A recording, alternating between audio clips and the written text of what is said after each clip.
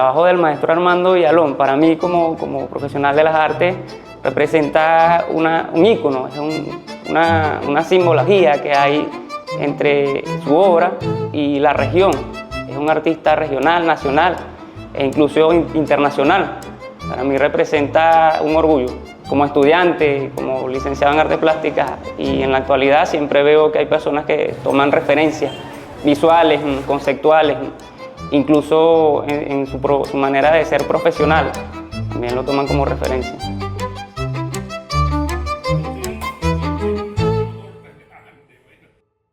Como todo artista, creo que eso nace desde cuando uno está en la escuela, cuando en una escuela descubren que uno tiene condiciones y cualidades para ciertas y determinadas cosas. En el caso mío fue un profesor Castejón que se dio cuenta inmediatamente que yo tenía habilidades para pintar. Porque siempre lo cuento, porque hacían un periódico mensual y regularmente era dirigido, si era el día del árbol, pues teníamos que pintar un árbol; si es el día de Andrés Bello, pues teníamos que pintar el rostro de Andrés Bello.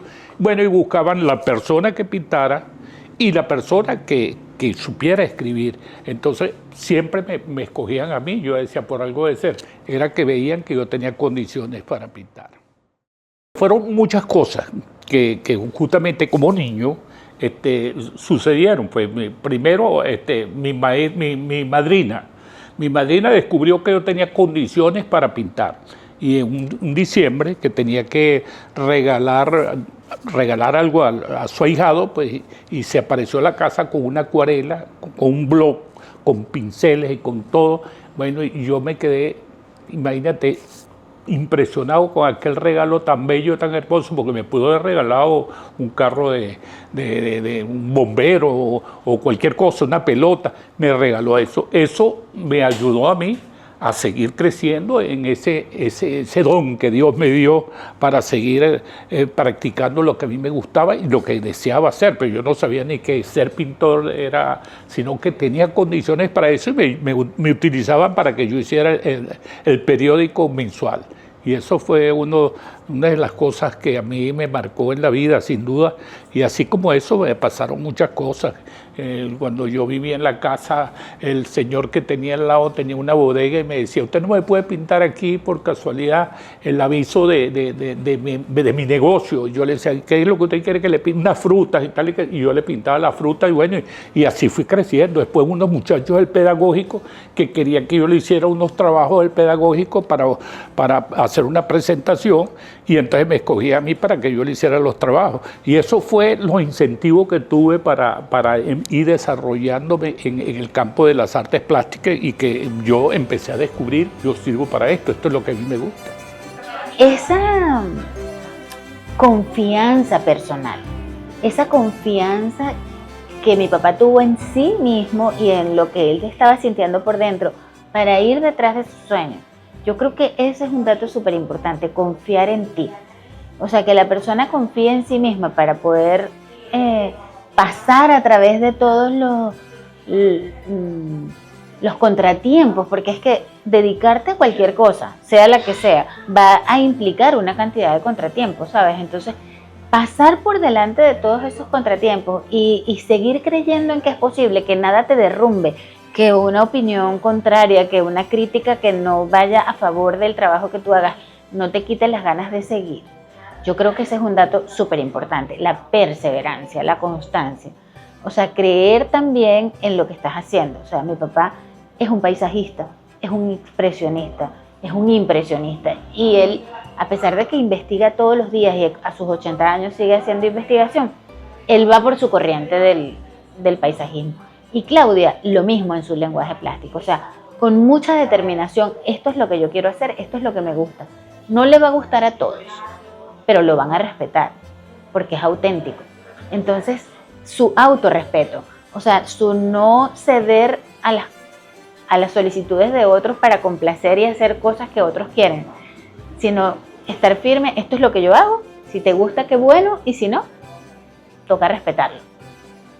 Yo creo que esas dos cosas, entre la perseverancia, la constancia y el tema de mantenerte respetándote a ti mismo y confiar en ti es vital. Es que eso se convirtió como un hábito, porque es que era una necesidad de que yo, es como todos los días, yo llego aquí, la gente me dice, pero tú trabajas todos los días, pero ¿cómo le puedo decir trabajo?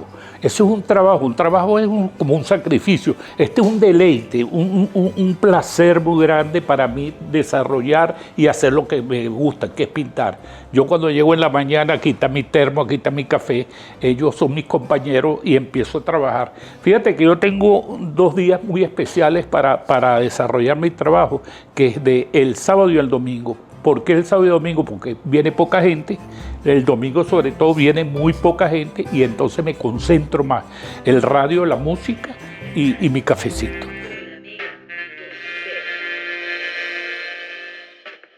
La pintura la siento, la amo, la disfruto, la respeto, la amo, la amo.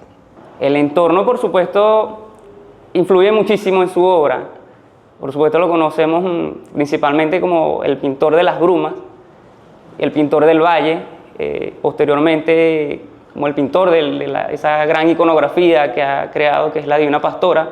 Entonces todo eso influye en lo que conocemos acá en el estado Lara, en algo que es muy propio de nuestro entorno, de nuestro contexto como ciudad, como pueblo venezolano. Y si vamos un poco más allá, los paisajes submarinos, sus paisajes del Ávila, todo eso tiene que ver mucho con lo que nosotros vemos como seres humanos acá en nuestra ciudad, en nuestro país.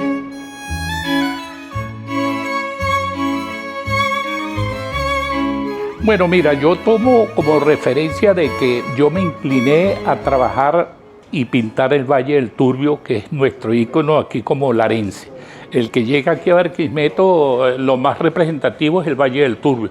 Y segundo, después me dediqué a pintar la Divina Pastora, porque soy devoto de la Divina Pastora, y son dos estos 2 pilares importantísimos de aquí del estado Lara en relación a que son íconos pues, de la ciudad. Y bueno, yo creo que es eso de que tomé como referencia para pintar el Valle del Turbio. Empecé con un estilo que lo denominé brumas. Después fui desarrollando un poco y le metí barrancas y fui cambiando el estilo en diferentes formas, pero originalmente empecé con el Valle del Turbio, nuestro Valle del Turbio. Yo nací en Barquisimeto, en todo el centro de Barquisimeto, en la calle 28 entre 24 y 25, imagínate tú, todo el centro de Barquisimeto, ¿no? Y de allí pues yo cuando iba muchacho me iba a pasear abajo al río Turbio, iba a la piscina de Macuto y entonces cuando iba bajando y hacia la piscina de Macuto yo contemplaba aquel Valle del Turbio, aquellos colores, aquellos colores que parecían un camaleón que iban cambiando a medida que iban pasando las horas y disfruté demasiado eso. Y bueno, yo creo que ese fue el tema que yo tomé por eso, pues de niñez pues siempre viendo el Valle del Turbio y como estaba tan al centro de la ciudad y que cuando yo iba a la piscina en Macuto, que nos íbamos por la Salle hacia abajo, contemplaba aquel valle bellísimo, hermoso, que hoy desapareció pues. Sí, muy lamentable. Bueno, lo recordarás con mis obras, porque ya no existe el valle como tal, pero ya quedaron las obras para que la gente tuviera una idea cómo era el Valle del Turbio. Wow, mi papá es súper inspirador, más de 50 años de trayectoria, además una persona tan resiliente, con una historia tan dura. Bueno, por supuesto, mi papi es un hijo natural, sin recursos, vino de una familia con mucha escasez económica y perseguir su sueño, abandonar de repente otras opciones de trabajo que le podían significar un ingreso inmediato y creer en el arte, ir detrás de su sueño, hacer tantos esfuerzos personales por mantenerse en la carrera del arte y no salirse de ahí. O sea, porque nunca quiso como que hacer 2 cosas. Bueno, yo voy a vender, no sé, verduras y voy a trabajar en el arte, sino que él fue 100% artista desde que lo decidió y bueno, confió en eso.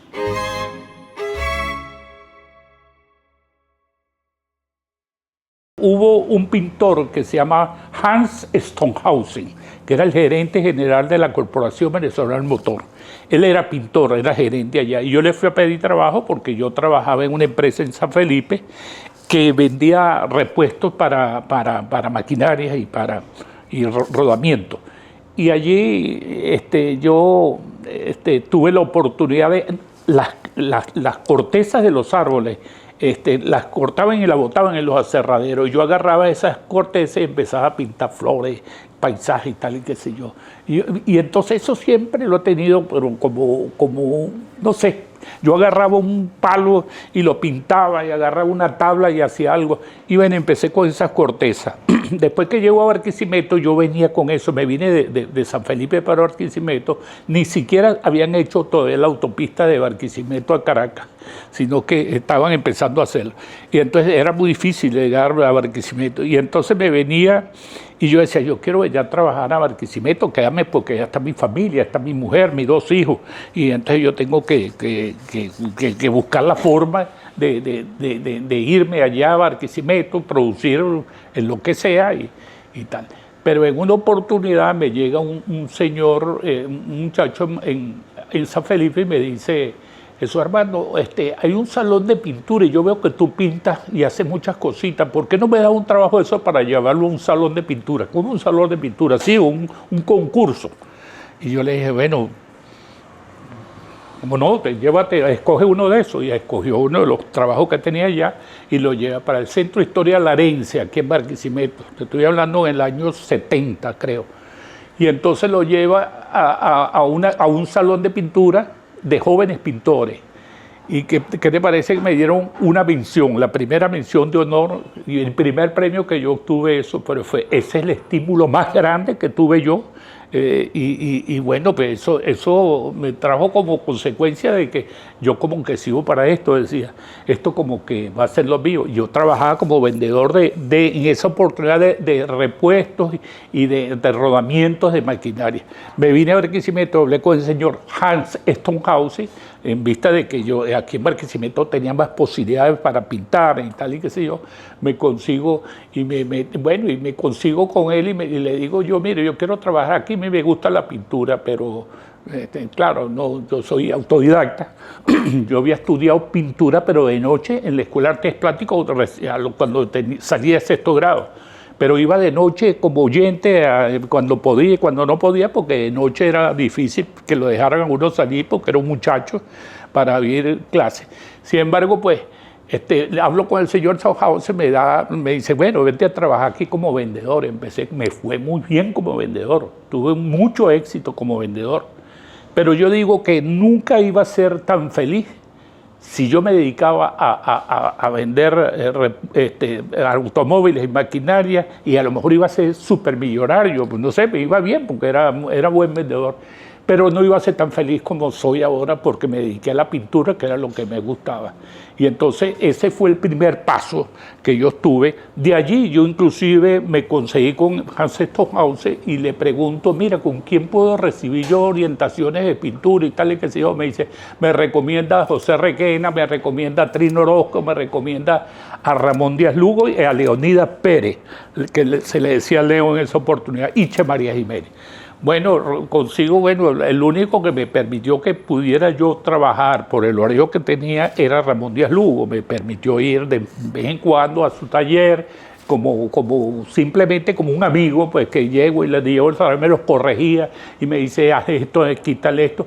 Y así hice una gran amistad con Ramón Díaz Lugo y considero que uno es la persona a quien le debo mucho en mi carrera es a Ramón Díaz Lugo, profesionalmente, porque él fue el que me orientó y me dijo, y me incentivó y me dijo, mira, Villalón, si tú tienes oportunidad algún día, como me iba bien como vendedor, ve a Europa, que la mejor escuela que tú puedes recibir es conocer los grandes museos del mundo. Me voy a los grandes museos del mundo y efectivamente me fui a Madrid, me fui a Italia, me fui a España, a Austria, Suiza, Alemania, Inglaterra. Empecé a recorrer todos esos países por allá y a conocer museos. Y una vez que estoy allá, de regreso, llego a España y veo la obra de Joaquín Sorolla. Joaquín Sorolla me impactó mucho y yo dije, cónchale, algún día me gustaría venirme para acá para estudiar la obra de Joaquín Sorolla, venirme a estudiar aquí a España y durar unos meses. Me vengo con la espinita de allá para acá, para Barquisimeto, y cuando llego en Barquisimeto, yo le decía a mi mujer, que Dios la tenga en la gloria, Isabel Gómez, le decía, Isabel, cónchale, pero yo no sé, pero quedé impactado con la obra de Sorolla, yo quisiera algún día ver si es posible para allá. Y me preparé psicológicamente para eso y lo logramos. Me fui a España a vivir allá con toda mi familia, con mis 2 hijos, con mi mujer, conmigo, inclusive me llevé a mi mamá después a pasar un tiempo con nosotros. Pero verdad, emocionado con eso de tener la suerte de tener una familia que me ayudó, me dio tanta positividad para que yo siguiera. Cuando yo estaba, ya que tiraba la toalla, me decía, no señores, tienes que ser mi mujer. Eso fue algo impactante. Heisa es más positiva que todo. Y eso me ha ayudado mucho. Tengo una gran familia, me siento súper orgulloso de tenerla y la disfruto demasiado.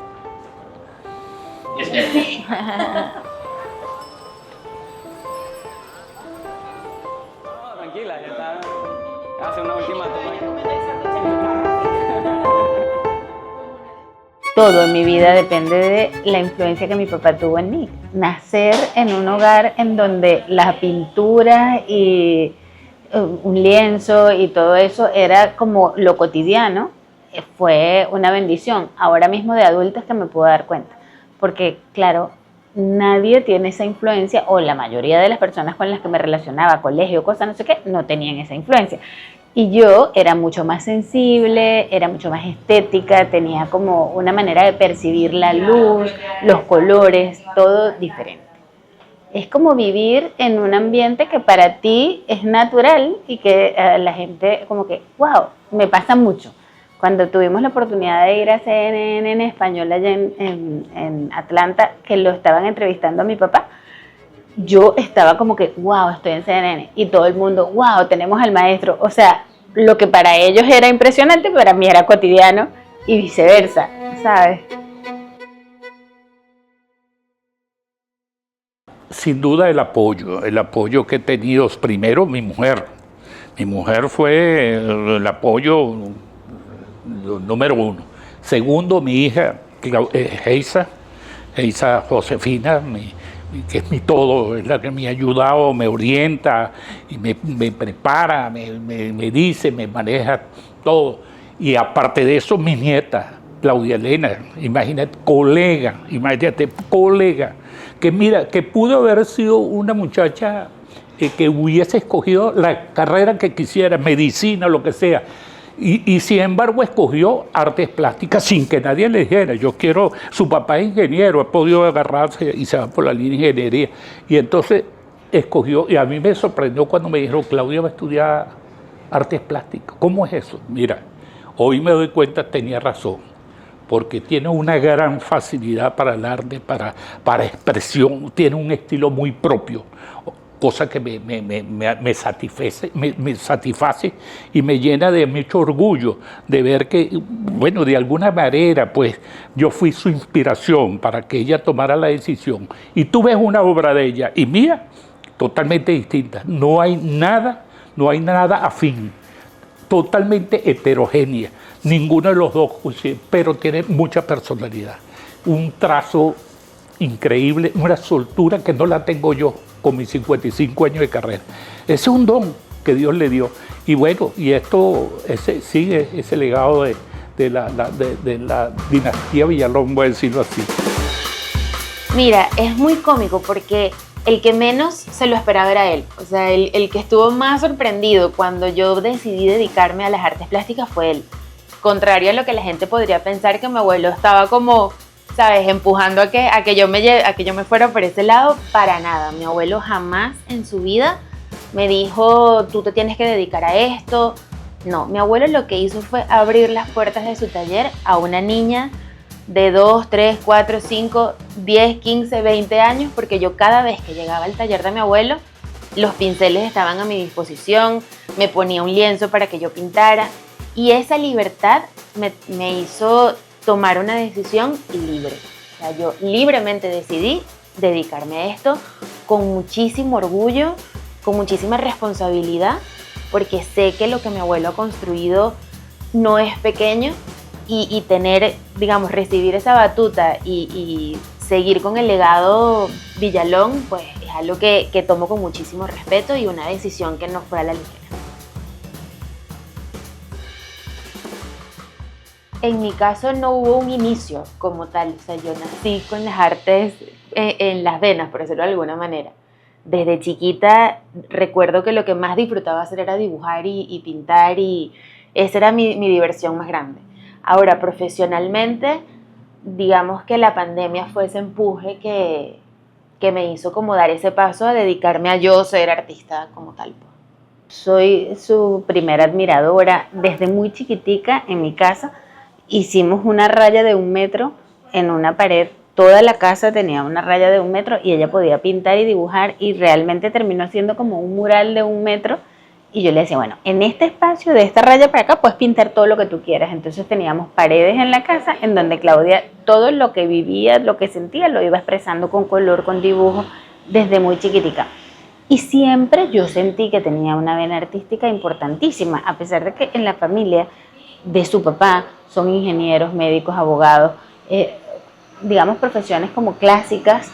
Yo siempre vi en ella esa vena artística y desde siempre la estuve como empujando para que la desarrollara y se diera la libertad. Claudia siempre ha estado con nosotros desde los 17 años, trabaja conmigo. Cuando estaba chiquita, 13, 14, trabajaba en la producción de radio porque yo también hice radio, entonces, y el radio que tenía que ver con arte, pues, ¿sabes? Entonces siempre ha estado metida en el tema y yo creo que eso la fue nutriendo, le fue dando como insumos para encontrarse con un lenguaje plástico propio y decidirse ya a trabajar en eso. Para mí las definiciones limitan, ¿sabes? O sea, definirme como algo, siento que me limita a decir, bueno, yo soy abstracta o pinto paisaje o soy retratista.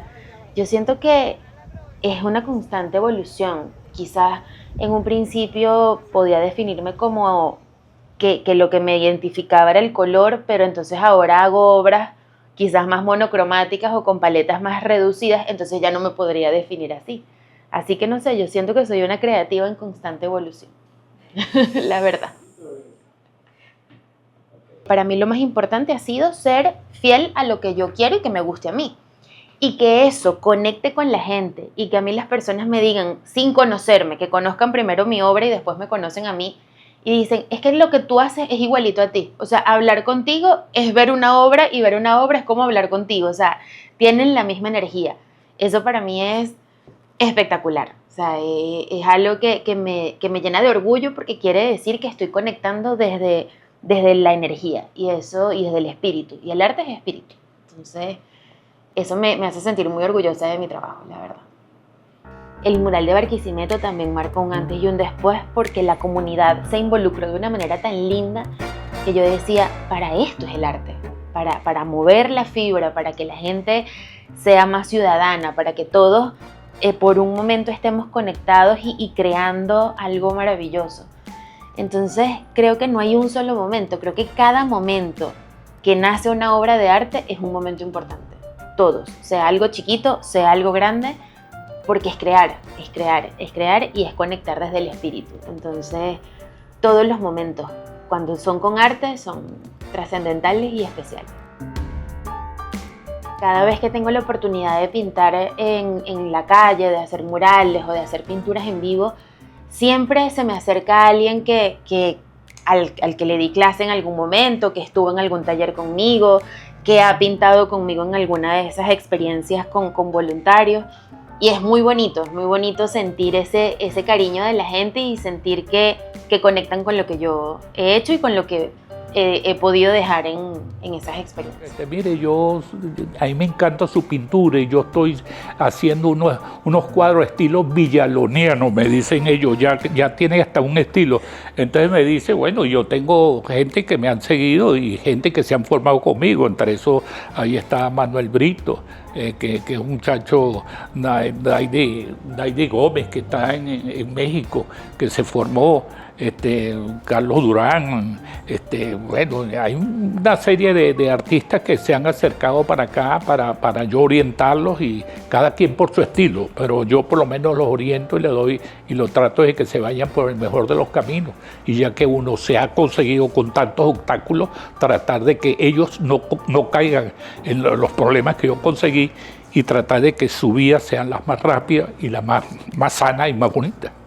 Yo me vi como un eslabón entre una generación y otra, y siento que mi aporte es justamente eso. O sea, hay que concientizar que hace falta la gerencia del arte, porque el artista es muy soñador, pero no aterriza la parte, digamos, tengo que tener un certificado de autenticidad, tengo que tener los mejores materiales, la mejor calidad para que esa obra perdure en el tiempo.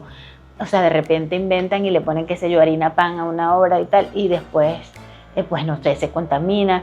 Y que haya una gerencia detrás de eso, que esté siempre como cuidando esos detalles de la obra que produce. Yo creo que es un aporte importante y le doy muchas gracias a Dios por hacerlo, pues poder formar parte del equipo.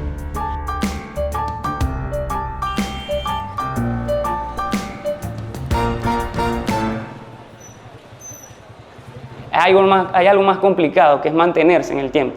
Cuando un artista logra mantenerse, mantener su obra, mantener su proyecto de vida, mantenerse fiel a sus propios conceptos, a su propio estilo, y que la gente lo siga queriendo por eso, eso es lo más importante y lo más difícil. Y por supuesto el maestro se mantiene y la gente lo aprecia por lo que es y por lo que él crea. Y por supuesto siempre hay un interés también en las nuevas generaciones por su obra. Yo quedé impactado, emocionado increíblemente cómo ha crecido la creatividad de la gente, de los estudiantes de la escuela. Estudiantes de la escuela y aparte de eso de la universidad, gente que se han formado en la universidad, pero gente que tienen talentos natos, que gente que inclusive no han pasado por una universidad, pero que plasma y hacen trabajo, que yo quedé impactado y emocionado, ¿verdad? Que ahí ves uno cómo está creciendo la plástica, cómo está creciendo el arte aquí en el estado Lara.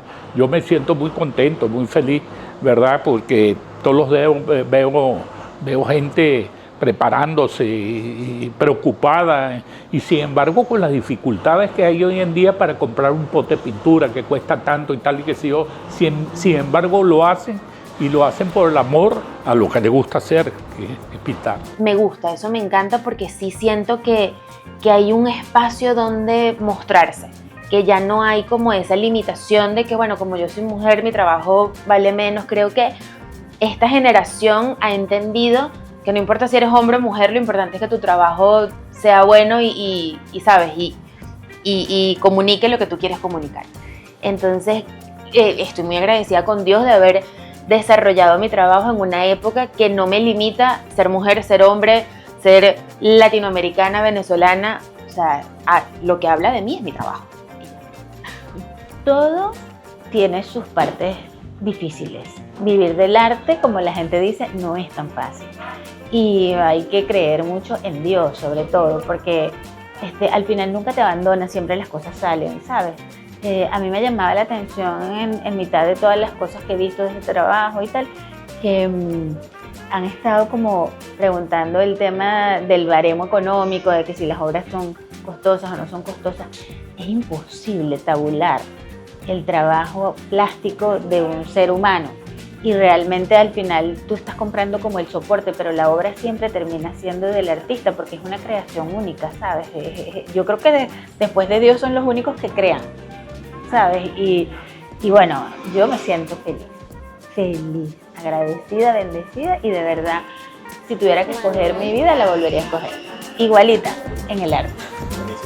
¿Quedó? Sí, súper quedó. Y sí se grabó.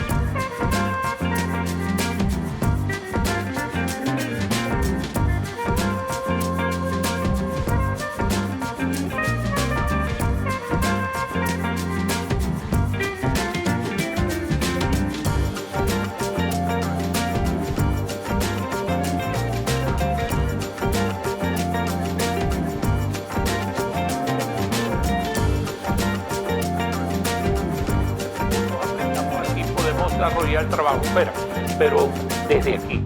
Yo siempre he dicho, yo expongo fuera y todo lo que sea, pero voy y vengo. Yo no soy de quedarme un tiempo porque no, yo amo demasiado mi pueblo. Yo amo mi comida, mi ambiente, mi atmósfera, mi ambiente, mis amigos, mis juegos, todas estas cosas que uno disfruta y que uno lo va cultivando, porque eso es verdad, que yo aprendí tanto de este Estado Lara y le debo tanto al Estado Lara que lo menos que puedo hacer es lo que estoy haciendo, aportando a la cultura.